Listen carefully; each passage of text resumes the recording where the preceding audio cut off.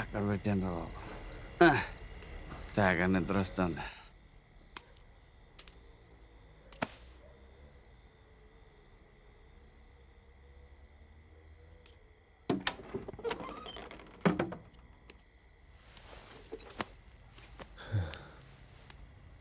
లేరా, నిద్రపోతున్నానుగా. నువ్వు పడుకోవాల్సింది కింద బే. లేమంటుంటే నిన్ను. ఎదిగో మూసుకొని పడుకోబోయ్.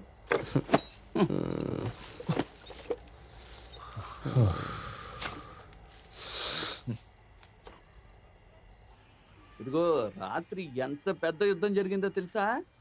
ఒక్కడిని వదలలేదు. అందరి చేతులు కాళ్ళు ఎరగొట్టేశాను. వాళ్ళు నా కాళ్ళు అట్టుకున్నారు. ఇంకొకసారి ఇలా చేశారంటే మిమ్మల్ని వదిలిపెట్టనని చెప్పాను. మమ్మల్ని వదిలేండి అన్నారు. కానీ ఓ బండోడు వచ్చాడు, మీదకి వచ్చాడు. వాడు నా మీదకి వచ్చాడు. నేనేమో ఏం చేశాను తెలుసా? ఇలా కాలు ఎత్తేలాతాను నేను.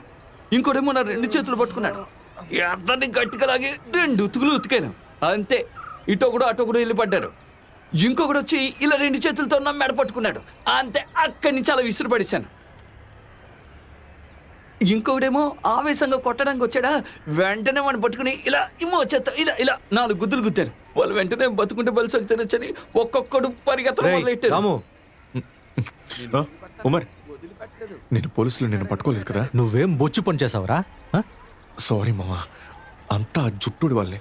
నేను ఎన్నిసార్లు నీకు సిగ్నల్ ఇచ్చాను ఆ బండిని మార్చమని?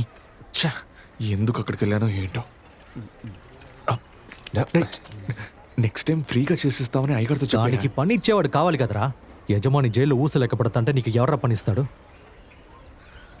మొత్తానికి నైట్ క్లాస్ నిన్నటితో ముగిసిపోయింది. ఇక మీద నేను మళ్ళీ బీచ్లు బఠానీలు అమ్ముకోవాల్సిందే. నా తలరాత. ఇంకొకసారి నా జోలికి వచ్చారనుకో మీరు అయిపోతారా అని వార్నింగ్ ఇచ్చాను. ఒకడు ఆవేశంగా మాట్లాడాడు. వాడిని వంగ పెట్టి ఇలాగొట్టి ఇచ్చాను. వాడు వెంటనే చేతులు దండం పెట్టాడు. నా పని పోయింది, ఇప్పుడు నీకు సంతోషమారా? పని పోయిందా? కొట్టకరా, నా దగ్గర ఒక ఐడియా ఉందిరా, కొట్టకు. చెప్తాను ఐడియా ఏంటో. ముందు దమ్ము కొడతాం. చందు, 2 సిగరెట్లు ఎవరా?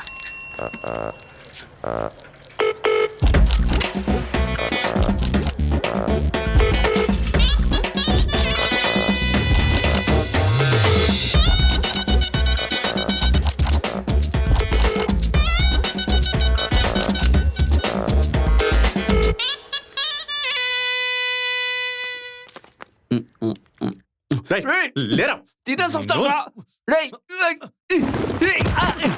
కొట్టకరా. చెప్తాను అది ఇదని చెప్పి పెట్టింది ఐడియా తట్టింది. వరదరాజు మావయ్య